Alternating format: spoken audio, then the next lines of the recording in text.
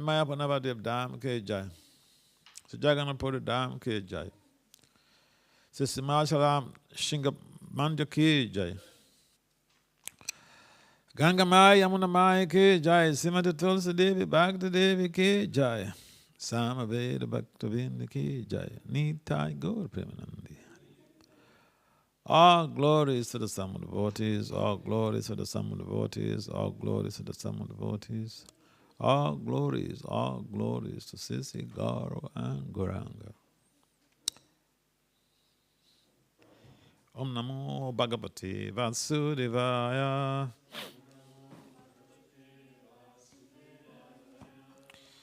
Om Namo Bhagavate Vasudevaya.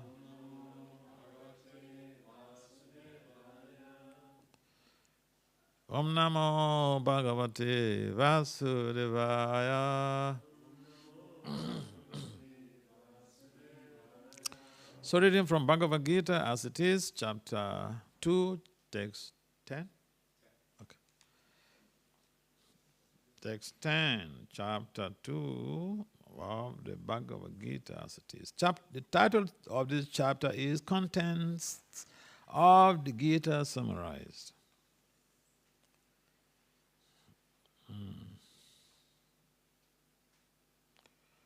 Tamu Vacharisi Kesa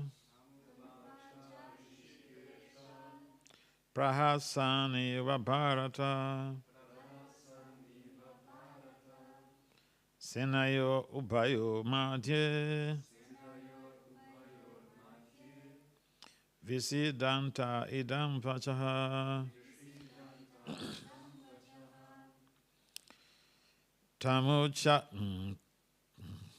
Tamu Vacharisi Kesa Prahasani Vabharata Senayo Ubayo Madhye Visidanta Idam Vachaha Tam Uvacha Risikesha Prahasani Vabharata Senayo Ubayo Madhye Visidanta Idam Vachaha. Can someone try?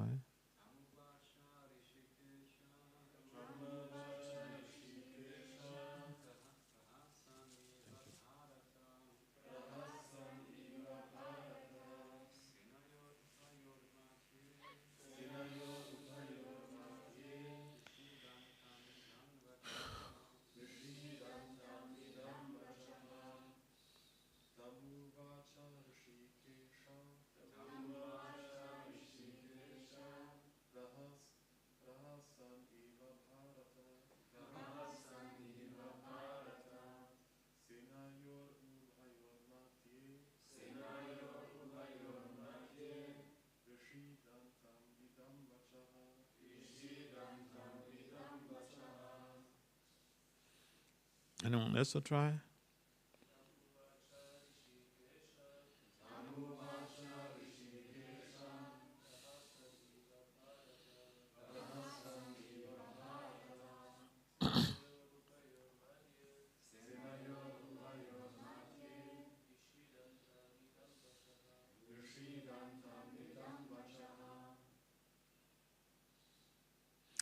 Ladies?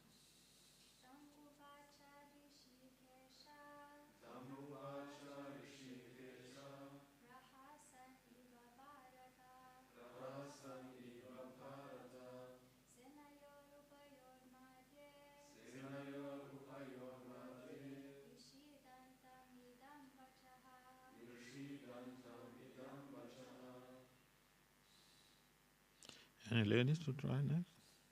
Okay. Word for word translation and translation by divine grace.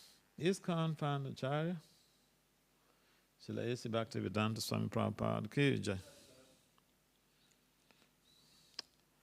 Tam unto him O Acharya said, Rishikeshaha, the master of the senses. Krishna, sorry. The master of the senses, Krishna. Prahasan, smiling. He was like that. Bharata,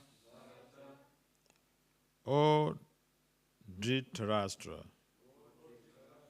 descendant of Bharata. Senaya, of the armies. Obaya, of both parties. Madhya, between. Visidantam, unto the lamenting one. Idam, the following. Vachaha, words. Translation. O descendant of Bharat, at that time Krishna smiling, in the midst of both the armies, spoke the following words to the grief-striking Arjuna. Please kindly respond, repeat. O descendant of Bharata, at that time Krishna smiling, in the midst of both the armies, spoke the following words to the grief-stricken Arjuna. Srila Prabhupada's purport. The purport is very important to us because, ordinarily speaking, without Prabhupada's purport, we can give our own interpretations based on our own little understanding, which might not be very helpful. So we listen to the purport with rapt attention. The talk was going on between intimate friends, namely the Rishikesh and the Gudakesh. As friends, both of them were on the same level. But one of them voluntarily became a student of the other. Krishna was smiling because a friend had chosen to become a disciple. As Lord of all, he is always in the superior position as a master of everyone. And yet the Lord agrees to be a friend, a son, or a lover for a devotee who wants him in such a role.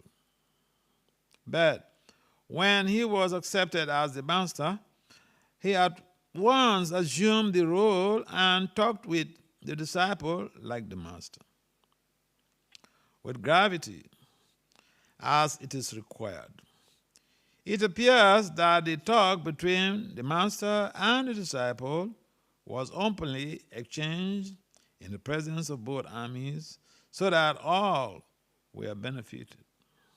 So the talks of Bhagavad Gita are not for any particular person, society, or community, but they are for all, and friends or enemies are equally entitled to hear them. Om Gyana Timbiranasya Gyananjana Salakaya Saksul Militam Yena Tasmai Si Gurube Namaha Sachetaya Manobhistam Stafetam Yena Bhutale Swayam Rupam Kadamaya Dadati Swa Padantikam Vandi Sri Krishna Chaitanya Nityananda Sahodato Gododaya Puspavanto Chita Chandu Tamonand Namam Vishnu Padaya Krishna Pistaya Bhutale Srimate Bhakti Vedanta Swami Itinamani Namaste Saraswati Devi Gaura Vani Pacharine Nirvisesa Sonya Bhari Pasatya Disatari. Jaya Sri Krishna Chaitanya Prabhu Nityananda Sri Advaita Gadara Sivasadi Gaura Bhaktabinda. Hare Krishna, Krishna Krishna, Hare Hare, Hare Ram, Ram Ram, Hare Hare. Vanchakalpataribhyacha, Kripasunambhyayevacha, Patitananam, Pavanam, Vaishnavim, Namo. So thank you for coming to join the class. We will always hear something. That is one of the essence of human life. Our ears are meant for hearing. So, the faculty of hearing is there for everybody. In other words, if it's in statistics, statistical language, we say hearing is a constant.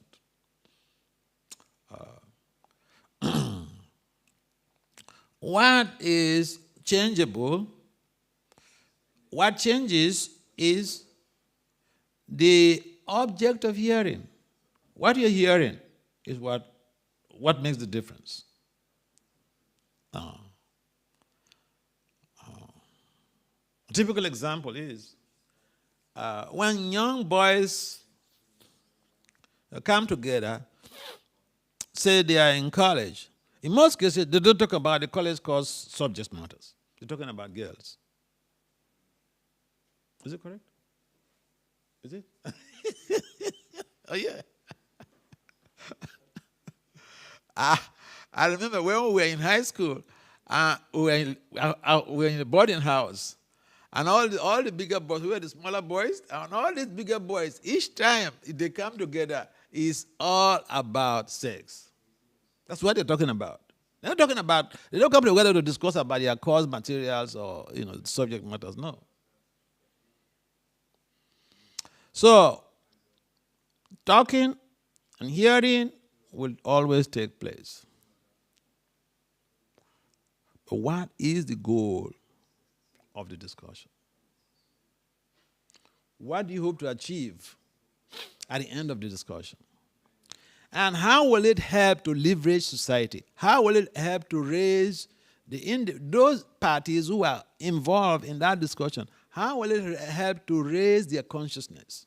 How will it help to leverage human society, the consciousness of human society? That is the question mark.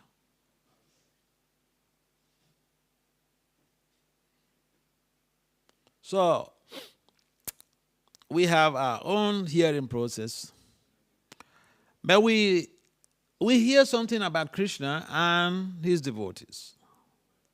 Why? Because this helps to leverage our consciousness. This helps to purify our consciousness. This helps to create a congenial setting where we will become decarcerated from enslavement to the sensory modalities and the mind.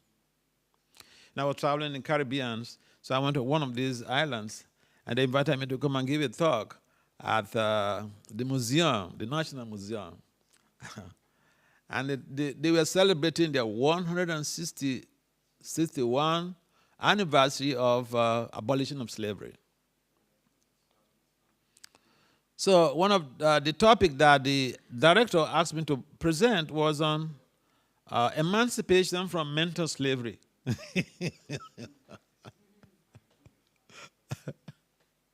I don't know where you go with that topic, but that was fascinating to me because, that's what the Bhagavad Gita is about. The topics of the Bhagavad Gita they are all about, emancipation from mental slavery. People work so hard. They struggle. They have different frontiers in fighting against oppression, fighting against, inequalities in society. But you show me one organization that is fighting for the emancipation of mental slavery. Yeah, it is only ISKCON. It's only ISKCON. All of these other big organizations, they're coming together to prevent wars. Wars are going on. They're coming together to try to bring about peace in society. We don't find, relatively, there is peace, but in general, there are wars all over the continents. So, and then to engender all these processes, people have to meet. They come for meetings. And sometimes even in the meetings that are purposely geared towards bringing about peace, they are fighting in the meetings. They are fighting. The people who are looking for peace and coming together to, strategize for peace, they are fighting among themselves,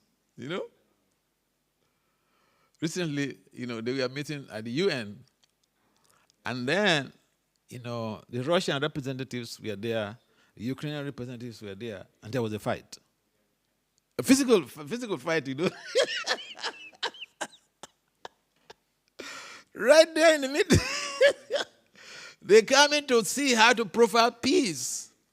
But then the people, they are so much enslaved to the mind and the dictates of the senses, they can't control themselves.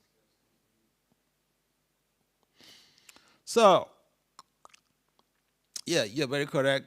The only organization that is striving for perfecting human society towards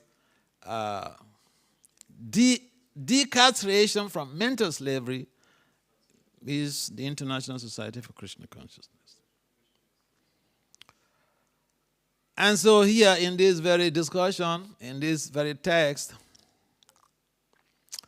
Prabhupada mentions in the purport that here Arjuna, who was basically discussing with Krishna on the same platform as friends. When you're friends, you talk one-on-one as friends. You can dispute your friend, what they say. You can argue back and forth until the other party provides such a solid argument with evidence before the other person will say, yes, I agree with you. Otherwise, it just, debates here and there. You go to, I don't know the case here, but if you go to the United States Congress, either in the Senate or the House of Representatives, someone has a good idea and brings up a bill, and people will try to critique and then find fault to throw the bill away. They have very good ideas. They have to do that because critique also means that I try to figure out what is good in what you're saying, what you're presenting, and also see what I can add to it. So sometimes people have some misunderstanding and misinterpretation of the mindset of scholars. Yes, we also critique. We go to the conferences, we critique. For instance, the reviewers of academic papers, they review your work and they critique your work. If it's not good enough to fit in, they reject it. So there are meetings. The board of directors will come meet together. But what is the purpose of the meeting? To make some evaluations and assessment. So here, Krishna and Arjuna were trying to evaluate a situation, and Arjuna realized, wait a minute. I can't really achieve my goal if I go on bringing my points and not yielding, not being ready to listen. To hear is one thing, to listen is another thing. You can hear, and then the stuff, it passes through this other side. But listening is an unexpected quality of a leader. Whether you are a parent, you are a teacher, you are a guru, listening to your dependents is so important. Why? Because listening makes that person it makes him feel valued. So if your opinion may even be different, but they feel they're valued, they are respected, they are esteemed. So yes, this is somebody I can follow. I follow your instructions. Tell me. But if you bring them down, no matter how great your ideas are, no, you will be rejected. Because you have trashed their ego. And the greatest obstacle to overcome in our lives, whether it is a spiritual life, a social life, a professional life, is the ego. And even in the universe, the ego is the biggest element to transcend. Oh, yeah. But Arjuna here decides to give up the challenge and accepts Krishna as the spiritual master. Accepts Krishna as his mentor. And now, Krishna smiles. You see, although Arjuna was disagreeing with Krishna, he was not angry. Sometimes people don't have the same opinion with us. And we get very upset. We say, who are you? I know better than you, you know? Who are you to disagree with me? No, you find that, Krishna, here's another element in the whole discussion between Krishna and Arjuna. The element of persuasion. Persuasion is a big concept in management science. For you to become a real valued parent, a real valued instructor, a teacher, you have to have that power, that skill of persuasion. Because you can't force even your own child. You may not be able to force your child to do the things you want them to do. You have to persuade them. You have to convince them with reasoning, belief system that is backed up with scientific values. Otherwise, there will be always opposite polarity of thoughts and ideas. And you will not come to a logical conclusion. So Krishna all the while was trying to persuade Arjuna to engage in his duty as a Kshatriya. Because Arjuna felt this is not ethical. This is unethical. See, it's not that Arjuna wasn't wrong in his argument, but there is something superior to mundane ethics.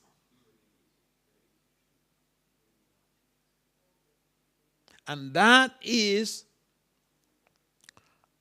one's prescribed duty. Therefore, Krishna mentions in the Gita, it is better to do your prescribed duty if even is done imperfectly than to give it up and do someone else's duties. So Arjuna was planning to just become a mendicant, become a sadhu.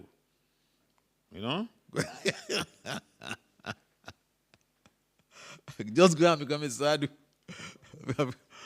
Just beg, instead of getting into this violence. So Krishna did a lot of job. He's the Supreme Lord. Why don't Krishna just tell him, hey, Arjuna, okay, because I'm talking to you as a friend, you're trying to belittle me, you're not listening to me, damn you. You don't know I'm the Supreme Personality of God? Fuck you.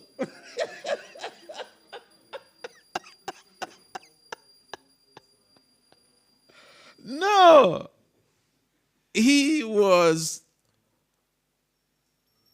basing all of his talks. He was basing all of his ideologies on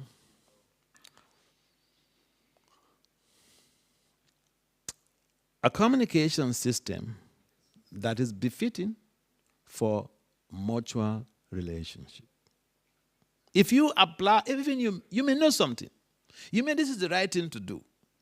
Okay, so for instance, you have a child, and you know they are doing the wrong thing. And I say, I have a problem with this. As I travel around, I see so many things on the global village. And in most cases, the parents are to blame. Because in most cases, the parents, they just level the blame on their children, but the parents don't have skills such as, most parents don't have skills such as persuasion, to be able to persuade their ward or their dependent to do something which they may not even be willing to do. When you don't have that skill, then it comes to bullying. Hey, come on, do this. You don't know I'm your mom? Why are you talking to me like this? You just have to obey. As far as you are staying under this roof, you don't have any say. Sometimes we do like that, okay? But Krishna is the Supreme Personality of Godhead. He could have just vetoed everything he said by himself and then ordered Arjuna, hey, you must do this or the highway. No, he was trying by all possible avenues to convince him, to persuade him. And that is why Arjuna found Krishna's value of persuasion so convincing. And therefore, he surrendered unto him. For someone to surrender unto you, you may have the cogent reasons. You may have the most powerful ideas on the planet. If you don't have that sense of persuasion, you may even put your words across in the wrong way that they will feel hurt and insulted. So here, Arjuna has realized, this my friend, he loves me. He is very reasonable. And he knows this stuff better than I do. So, you may know this stuff better than the person. How you cut your language across matters a lot. I remember in Washington, D.C., so there was a boy in the home I used to stay. So there was this boy. The mom is a nurse. The father is a medical doctor. So the nurse came back from work. I don't know what the boy did. So he was talking to the boy, but maybe her tone was unexpected. So this little boy, he asked the mother, so mom, and that's why you are harsh? You're talking harshly to me? In a very cool voice. The mom realized, she said, no.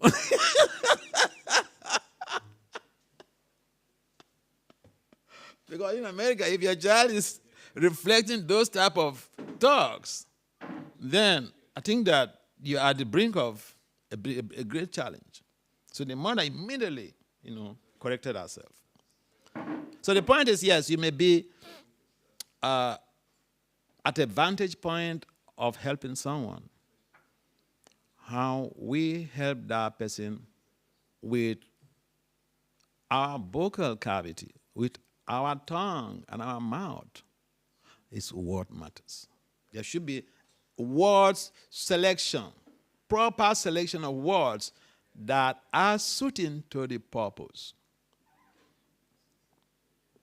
Otherwise, you may have all the good ideas, and you say the wrong thing, or use the wrong word. I mean, in academia, this is so important, because you may have a thesis, a dissertation of 300 pages, and just one word, one word you misapply, they are returning your work to you for correction. You have to take another 2 weeks. So word selection is so important. Word choice is so important. And therefore, we have to be we have to have the mastery of word choice in communicating with people, in communicating with our words, in communicating with our followers, in communicating with team members, in communicating our ideas with members of our community. And of course, We have to have the word choice in communicating our ideas across to our family members, because the family is a microcosm of the community. So Arjuna got convinced that a number of reasons behind his decision, his valid decision to surrender to Krishna, to give up the arguments and surrender to Krishna. And when he did this, Krishna was filled with, with happiness. So he smiled. And then in the further verses, we see what Krishna says. Of course, even in some of the verses, Krishna chastised him. In one case, he said, "You speak,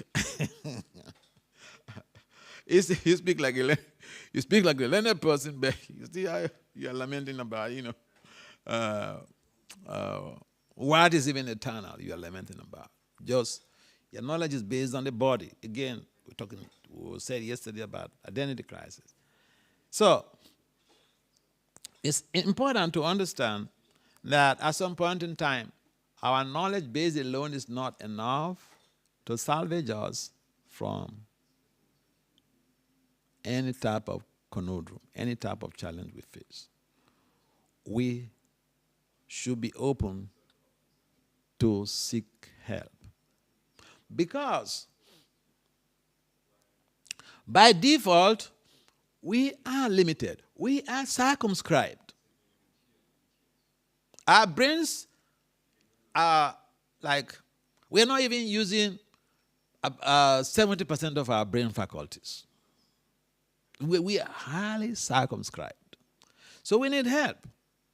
And therefore, collaboration, networking, these are important things in Krishna consciousness. We should have friends that we should be able to collaborate and do things together, work out things together, share ideas. And that speeds up the process of self-realization.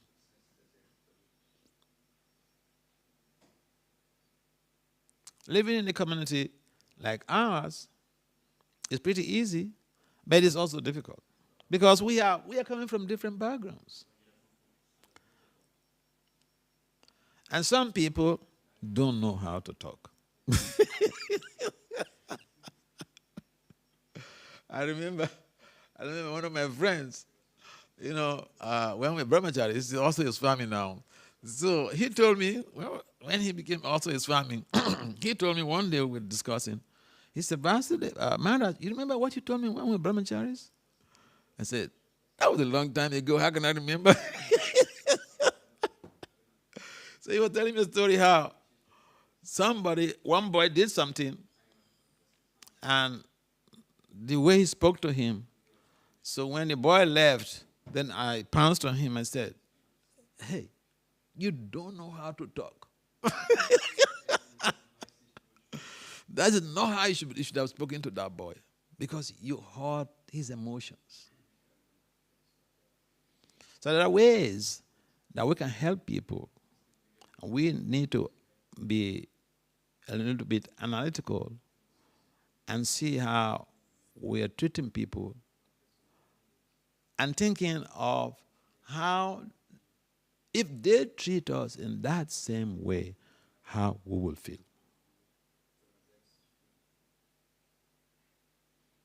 I mentioned about empathic communication also the other day, yesterday. And this is a weapon that every devotee in a community like ours, we need to have.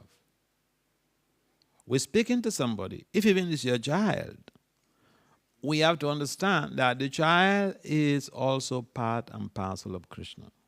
Krishna said, Mama evam so jiva loke. Everyone is my parts and parcels. So your child is not your property. You are a caretaker.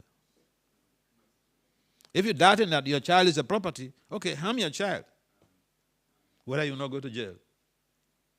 I don't know the laws here, but in America, you're just going to jail, boy. Oh, yeah.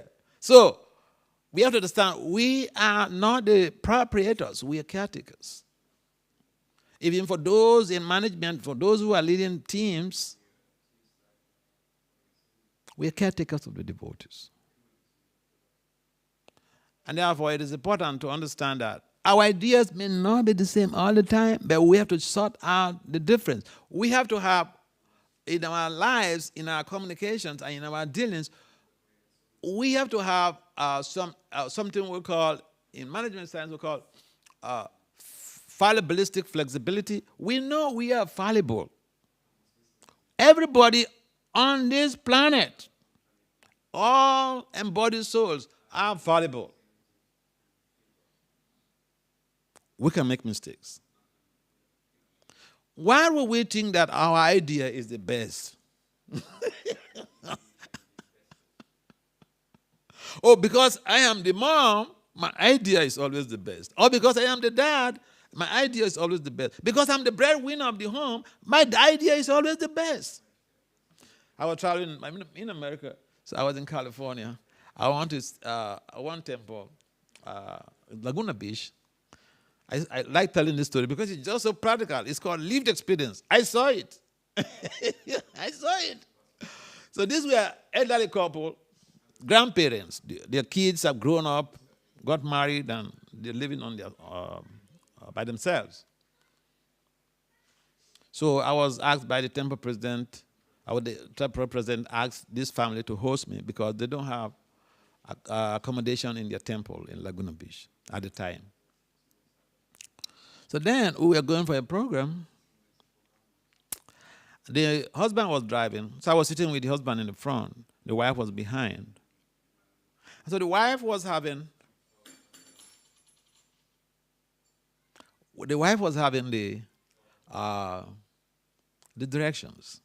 So she was giving directions to the husband, but the guy just completely ignored her. Completely ignored her. I was there seeing. So these are grandparents. They're supposed to in America we say you should grow, you need to grow. They're supposed to have grown. But the same all this hogwash is still there. So when you ignore your spouse like that, what happens? They'll be very happy. Like Krishna was smiling, when Arjuna responded that, I'm surrendering to you. The spouse will be smiling, oh, wonderful. Of course, no. They will feel insulted. They will feel infuriated, feel belittled, feel emotionally abused. And that's emotional abuse. So then she really was upset, so she told him, all right, if you're not taking the instructions from me, we are going for a program so that Maharaj doesn't get late to the program. Can you call or message the host so that they will send you the directions so that you can follow that? So far, you are not following the directions I have. So the husband messaged the host. The host sent the directions. The same directions the wife was carrying, was having. These same directions.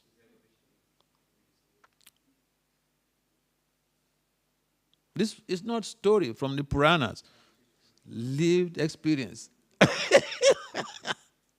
If it's a story from the Purana, you may say, oh, that was in Satya Yuga or that was in, Treta Yuga. No, in the 21st century, just recently. So then, when we got to the gate, so the guys stopped, so he alighted from the car. I also alighted from the car, and then, he walked towards the gate to press the bell. So the wife also had alighted from the car, and she turned to me and said, so, in this world, if you're a woman, whatever you say is nonsense. So I said, Mantaji, what your husband did is completely wrong. Her countenance changed. She was her face was beaming with anger when she mentioned that. But when I responded that, look, your husband is completely wrong. I said, look, The point why I kept quiet is that I don't know you guys. I'm coming to your home for the first time. So I kept quiet. But your husband is completely wrong. I said, that is too abusive. I wonder how you're able to cope with this man for all these years. Her countenance completely changed. I guess she was thinking, oh, all the men, they are not like that, boy. Some are reasonable. So, communication and creating in our lives a fallibilistic flexibility. Fallibilistic flexibility implies you know you are not Krishna. You are not omniscient. You don't know everything. We don't know everything. We should create a room or an avenue where we can get some help from somebody. Even our own child can help us with information. Oh, yeah. Why we think that? Because I am the breadwinner, so I know everything. Or because I'm a man, so I know everything. And it's so gross sometimes. You find this type of stuff. So it is important for us to understand that even in a family setting, the sense or the skill of persuasion is required. You don't talk. The woman was angry, but she didn't just. She didn't speak to the husband harshly. She found an avenue that was a proactive approach to resolving the issue. Proactive in the sense that she didn't confront him. And then she sought some means to validate what the husband did. And then the validation came that husband was wrong. And sometimes some people, they would just want to hear that their oppressor did the wrong thing. And they are just satisfied with that. If he or she didn't get the punishment. I remember the case of one police lady who killed one guy, one accountant in America. So the man went to court. She lived, her flat is just up this guy's apartment. She was talking to a boyfriend on the phone. She lost sight of the floors. And then her floor is up. Now she went into this guy's floor, to this guy's apartment. And she was thinking that is her apartment. Her apartment is up. Because she was engaged in a telephone call with a boyfriend, she lost sight of control. And then when he saw this guy, he said, hey, what are you doing in my house? She brought out a pistol. Boo! Boo! Killed him.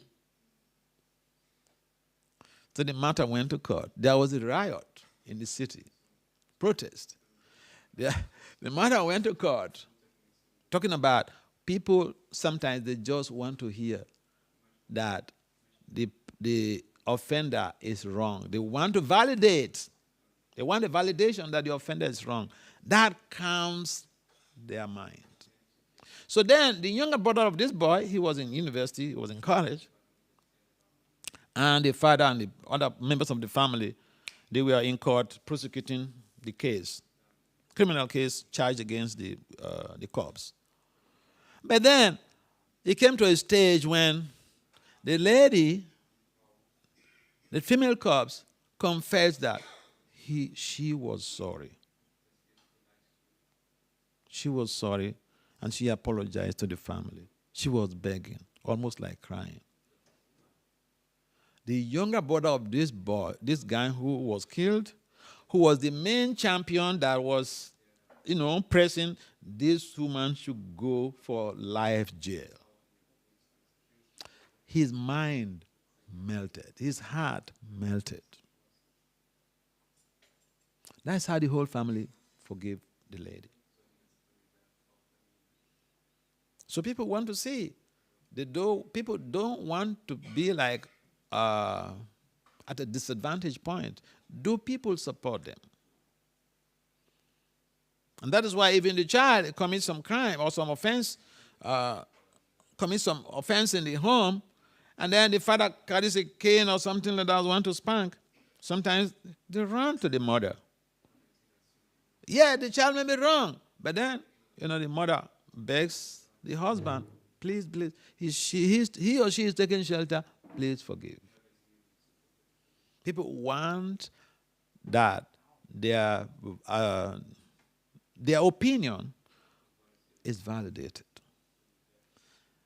And so we need to be able to understand that we live in a community. Someone may say something you may not like. Don't go crazy. Be proactive. Try to calm yourself. And a typical example, another typical example is one 8-year-old girl that was also in America, in Florida. Yeah. Was it in Florida? I can't remember. I don't know whether it's in California or in Florida. But again, that was my own lived experience too. I gave a class in their temple. There was Ramnami or so. I was invited. No, that was in California. So I gave a class in the temple. And then just after the class, I've not even gone down from the outside. A gentleman approached me and he started confessing how he came back from work one day. And he had a 8-year-old girl in the home. He came back, his daughter. He came back from homework. Nothing happened. No provocation. He started just raining abuses on the girl. Nothing he didn't tell the girl. But the girl was very un-American. What does that mean? Huh? Someone was abused by the guardian, by the parent. I say she was very un-American. A typical American girl would be 8 years old. You do that to her? No, she will call you 911 and get you arrested and go to jail. She didn't do that. She just kept quiet all through the episode. But then what did she do? After a few days have passed, the father has calmed down. Her temper also has calmed down from that offense, that humiliation. They were eating happily. And then she asked, Dad, the other day you came back from work and you did this to me, you did this to me, you did this to me. Did you have a fight with somebody in the office that day? 8 years old girl. 8 years old. And this, in conflict resolutions, this is basically a strategy we call the strategy of resolving deep-rooted conflicts. When you have to resolve deep-rooted conflicts, you don't offend back. You take a back seat and try to create an harmony when the other person's temper has come down. So a little girl of 8 years old, she adopted this strategy. So the father told me this, and immediately I told him, go and call that, bring your daughter quickly. So he brought the daughter. So I said, you should beg your daughter. This is not an ordinary person. Because otherwise, you should have been in jail. She would have just called the police. I know American girls, 8 years old. No, they can't do that to them. They'll call the police for you. So she called the girl came, and I said, please beg her, pay obeisances to her. You did so gross. She's a Vaishnavi and you hurt her like this. You're going to get reactions in your devotional life. So he paid obeisances to her. She also paid obeisances back to him. They got up and the girl came to embrace the dad. That's how they solved the issue. So pro-action is important when we live in communities. When we live in a families, pro-action is important. So we should not think, even as parents, we should not think we know it all. We should act with restraint. And we should have word choices in our empathic communication with our partners, with our family members, with members of our team, and with community members. In this way, we'll be creating a very congenial atmosphere for collective devotional growth. And then we can surrender to Prabhupada collectively and work collectively for expedited devotional purification. Any comments or questions? Yes.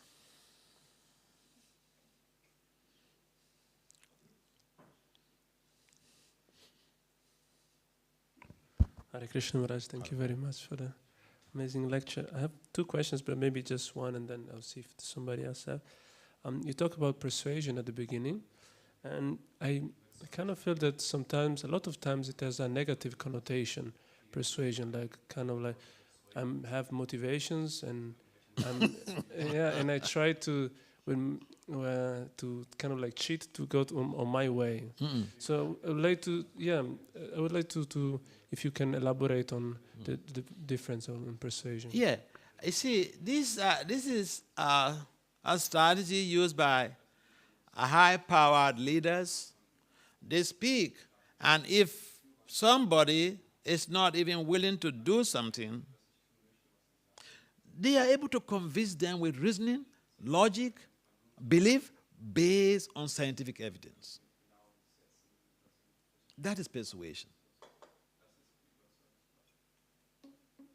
So in most cases, people in general, they have misconceptions of management terminologies or even political terminologies. Because, for instance, most devotees, they don't want to hear the word about politics. So, we need to understand things. Every word, for instance, has a connotative and a denotative meaning. For instance, you say a table. This is a table. Table is a furniture material which you can use in writing, eating, whatever. But table also connotatively could be used as a verb. So I've tabled my problem before you. This is not in its connotative. This is not a denotative meaning of table. But this is presented in a connotative format. So every word basically has a denotative and connotative meaning. And if we check some of the terms that we find in everyday reality, the implications of those terms connotatively in management science is completely different. Yeah. What's the other segment of your question? The other one, you spoke before, of course, of the importance of communication and word selection. But of course, like a lot in the communication is also through the body language, yeah? But I feel that a lot of times body language is it comes from your innate karma, yeah? It's very difficult to change willingly.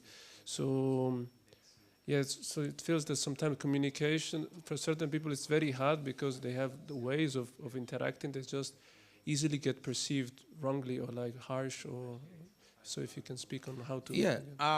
When we are dealing with somebody, we should also understand their characteristic features. For instance, if you are my friend and you understand that, instead of telling you, Brian, please, how can I understand this point that you said the other day? I would love that you clarify some of my ambiguities, because that will create a lot of meaning in our relationship. Now, instead of saying something in a polite way, I said, Brian, and you have the guts to say that?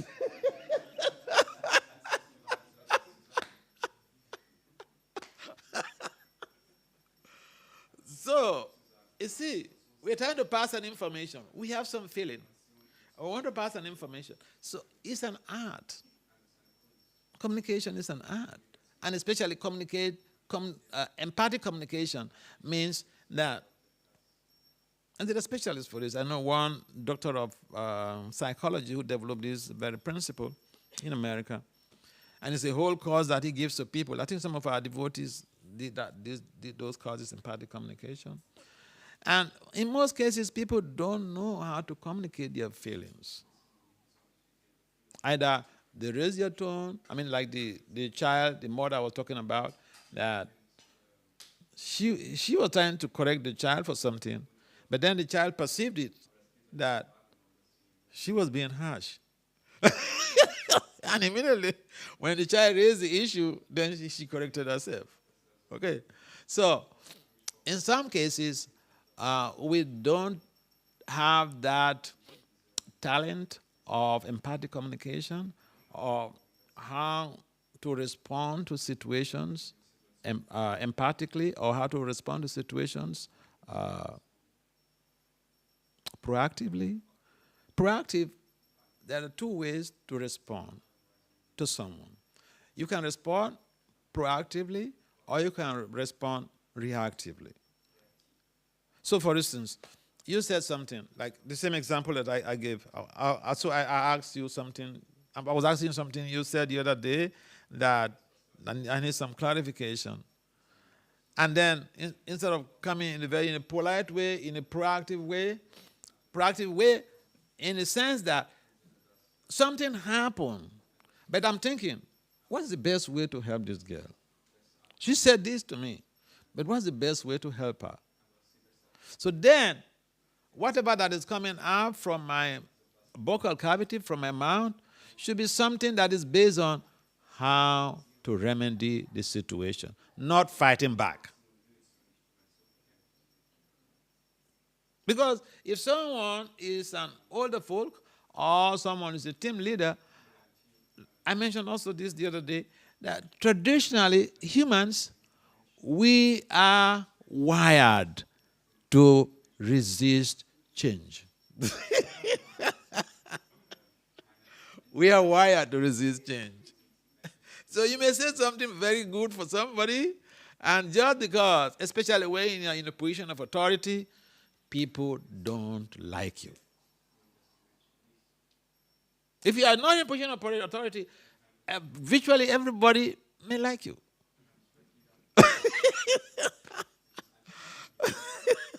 Yeah. So, look, let's get these points clearly. And that is why the child, I've seen little kids, before, even in their monosyllables, they argue with the parents, they argue with the mother. They say, no. They don't even know what you're saying. But it just instantly is there to resist any change. We always want to claim as if we are the Ishwaras. Who are you to control me? Ishwaroham, I am the Ishwara. Who are you to control me? This is the problem, okay? Let's understand this, and the devotees could live very peacefully together. Otherwise, little things could escalate in ways that are not even necessary. And like I mentioned, living together is a very big challenge. Just see, in a community like this, if someone is married, okay, they can tolerate the spouse because there is some exchange of sense gratification. But in a community like this, there's no exchange of sense gratification, okay? Okay? You're a volunteer. You're a volunteer, okay? So in most cases, you're not being paid. If even you're begin a stipend, it's just nothing compared to real salary, in most cases. And therefore, we have to treat the people around us as if these are the people who are going to stand by your deathbed during your last breath. It's a challenge. But these are the strategies that we are given also by Bhakti Swami when in his last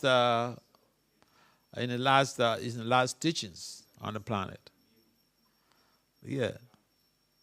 Community development, I remember in New York City, I gave I gave a seminar, I gave a presentation on community development, because they wanted me to do that to be able to help with recreating a sustainable future, a devotional future for the community. So when people are living together, it's a big challenge. Even husband and wife is a big challenge, but then they tolerate each other because there is exchange of sense gratification. Here, there's no exchange of sense gratification, volunteering. So there are bound to be some misunderstanding and psychological conflicts. But then what the leaders need to understand is that create an avenue, not only a fallibilistic flexibility in your life as a leader, you have to create an avenue where there is psychological safety. Psychological safety means someone says something and they don't get a retaliation for what they say. Someone observes something, brings up a point, and they don't get a retaliation because of the observation, because of what they say. On the broader spectrum, that is happening in ISKCON. Oh yeah, it's happening. So we have to see how we're living our lives to be dependent on Krishna and to be dependent on Lord Nrsimhadev. We see each other as Prahlad. How do we treat Prahlad? If he comes to our house, he comes to our apartment, we treat him the way we will treat Lord Nrsimhadev, because he is very dear to Lord Nrsimhadev.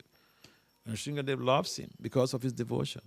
So we have to understand, it might be difficult. See, I was traveling in Canada, so I was in Montreal, and one devotee was traveling from, he came from Toronto with a group of brahmacharis on traveling Sankirtan. And he came to me to ask for advice on how best to help the brahmacharis traveling with him for the Sankirtan and Harinam. I said, oh, I can give you a very simple idea. She said, please, Maharaj, tell me.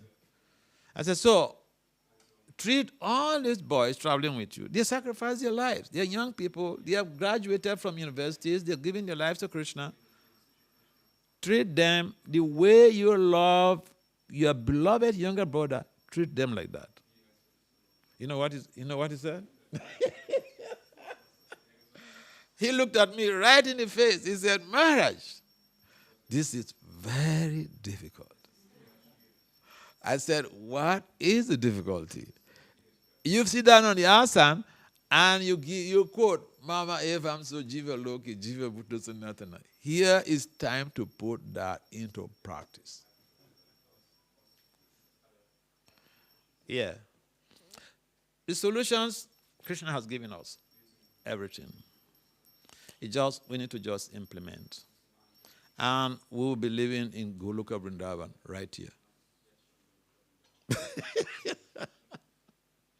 All right, any other comment or last comment? We're already beyond 1 hour now. Yes, please.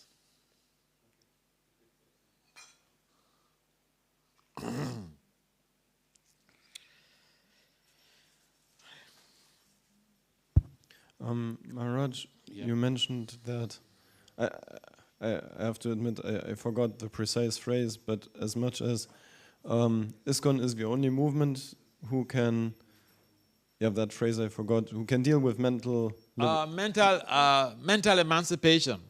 Yes. So mental slavery. Yeah. Could we not say there are many somewhat spiritual organizations and communities of people who also, to some extent, rise above their minds?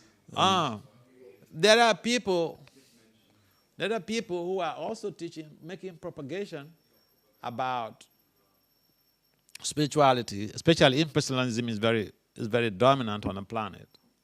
But you know what?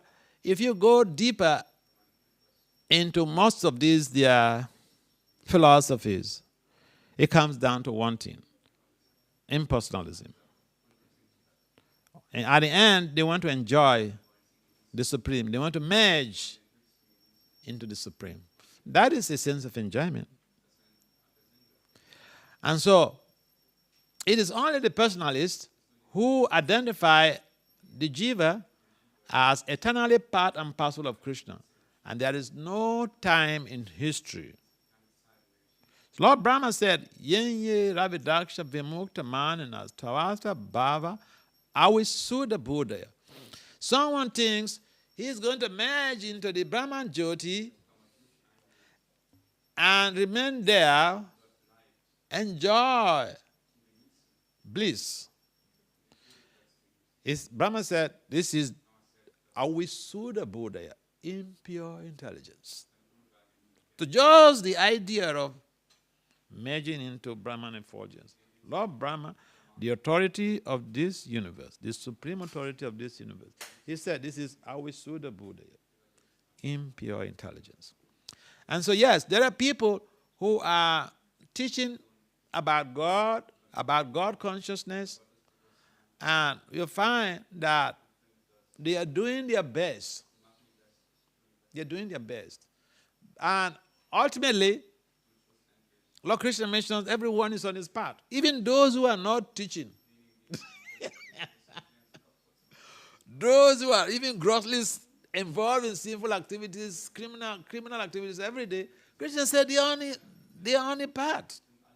They are coming. It's a matter of time. They will evolve. Gradually you come to the state where they can have fixated consciousness on the Supreme. Bhaunam jamanamante gyanava mam prapadyanti Vasudeva sarvamiti samahatma sudulabha. To come to this platform, Krishna said, is very, very rare. Very, very rare. And so, yes, there are people, but ultimately we find that even in India you go, the personalists, there's a small, very small fragment of the population. Very small. Because in India you find all these different type of worship.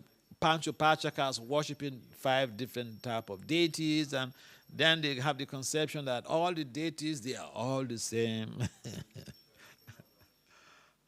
So yes, I agree with you. There are people who are also striving to be able to come to that level of perfection. But you look at what they are doing. Even the people that, we don't want to say people are not doing their best. But I tell you one thing, the most respected person on this planet in religion, he eats meat. They are doing their best.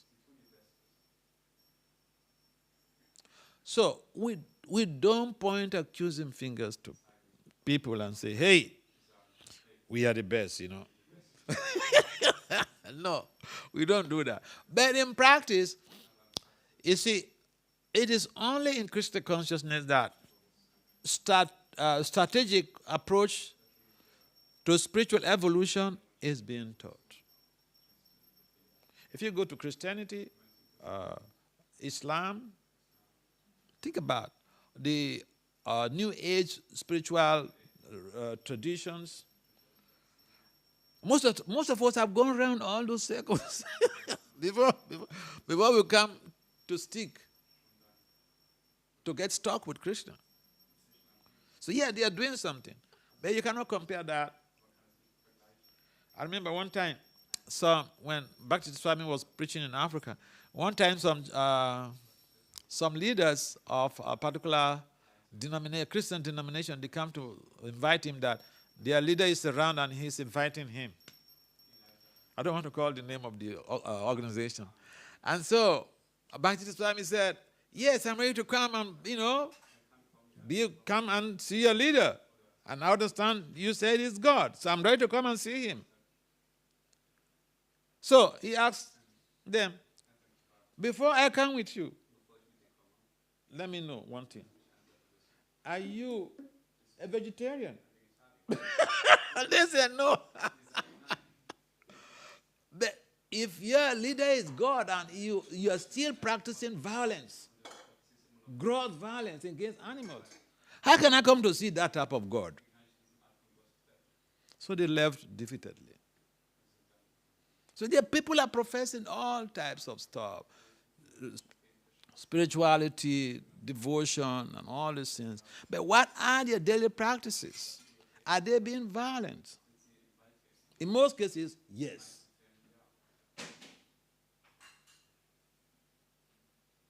So it's only in this moment that we find, right from day one, you are told, plain blank, this is wrong, this is right. You like a practice.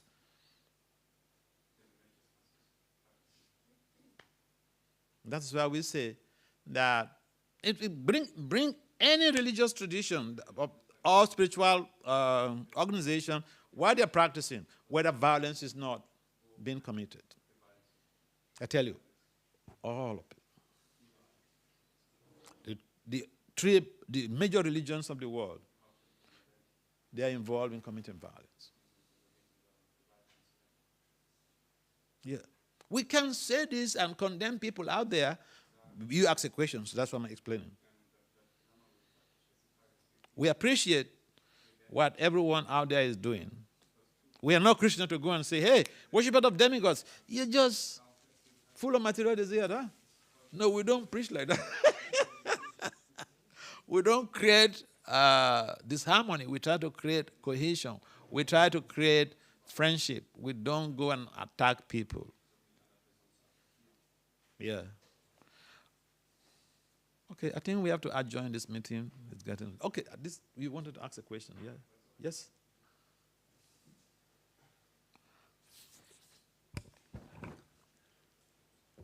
You were talking about communication, and I was wondering, how do you create a space,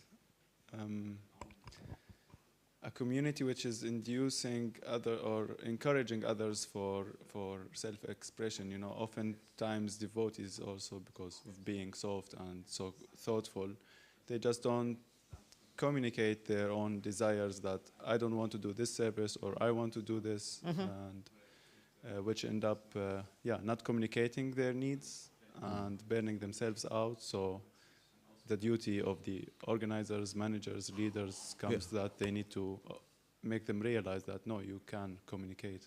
Yeah. If people are not communicating, we should motivate them to communicate.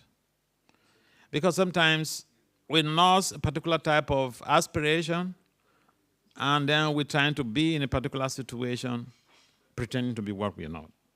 We're planning, we have our agenda, but then we are not preparing to be able to meet up with that agenda. We're doing something else. So that is why it is important for our communities to create an enabling environment for psychological safety. Yeah. Even in the homes, you see, I'm talking this out of experience.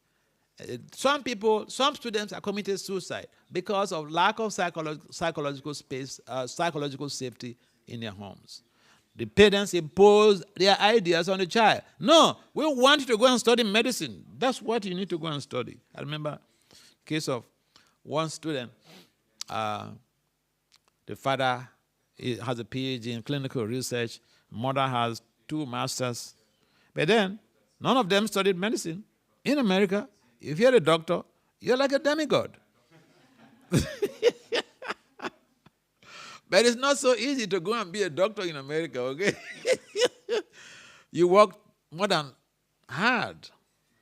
And so they're forcing this girl to go and study medicine.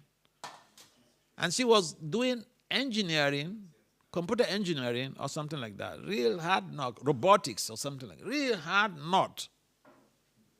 And then she has to do also pre-med, because you want to go study medicine, you have to do pre-med. In America, you have to have your first degree before even you talk about going to medical school. Unlike the cases in Europe where, from high school or HSC, you can just do the right exam and then you go into medical school. No, America is not like that. It's like even law, the same thing. So they make things really like tough. So people should be given a chance. Kids should be given a chance to allow themselves to express what. I remember, see, when I was a kid, even 5 years old, my dad would ask me, hey, what do you want to be in life? They want to find out from you first. They don't want to impose the ideas on you. Because I've seen situations, even in America, even in Ivy Leagues, students have committed suicide. Because the parents impose the ideas on them. Okay, to study medicine is so profitable, why don't you go study? You're forcing your child to go and study.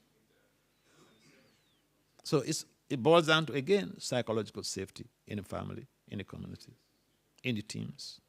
If people have a sense of psychological safety, they'll be able to express their thoughts, their feelings, or what they plan on doing. Okay? Srila Prabhupada ki jai. Srimad Bhagavad Gita ki jai.